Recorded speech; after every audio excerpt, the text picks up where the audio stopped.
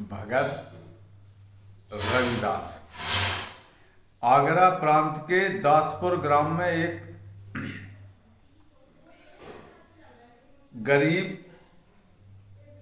घर के भगत रविदास जी का जन्म हुआ था। घर में माता नहीं थी, पिता, बड़ा भाई और आप, यही 3 प्राणी थे। इनको शिक्षा मिली जूता बनाना। अनपढ़ होने पर भी इनकी समझ ऐसी पवित्र और कीमती थी कि जिसकी याद करके मुझ जैसे 8 कलम पास नवयुवक भी तरस उठते हैं।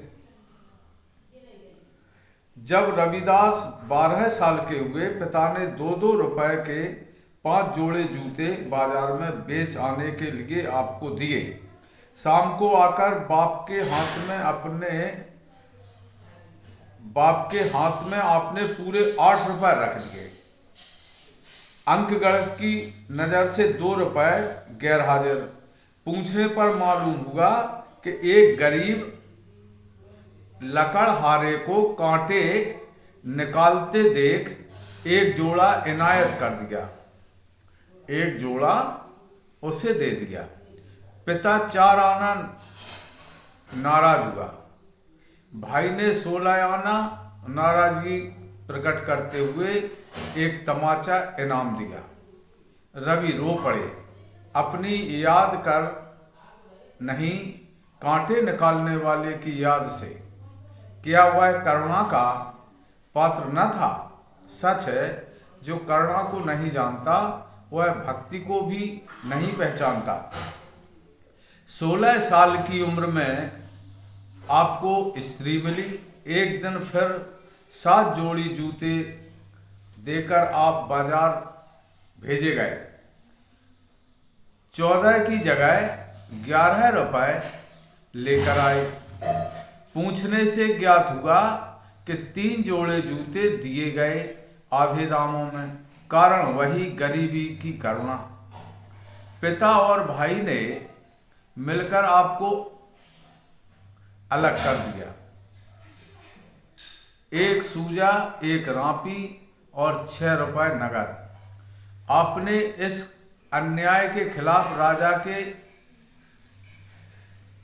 पास में फरियाद नहीं की।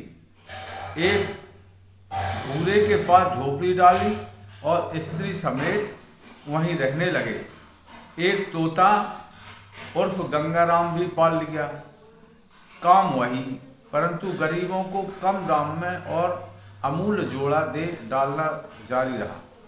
गरीब परवर स्त्री भी कुछ बाधा नहीं देती थी। होते होते 12 साल बीत गए। एक दिन भगवान लक्ष्मी नारायण ने सोचा कि रविदास सचमुच एक भक्त है। एमए की तरह भक्ति का इम्तिहान भी 12 साल बाद सामने आता है। भगवान संसार के संरक्षक ने सोचा कि यदि रविदास को धन दे दिया जाएगा तो वह धर्म की उन्नति करेगा, पाप की तरक्की नहीं। जब बादशाह किसी प्रजा के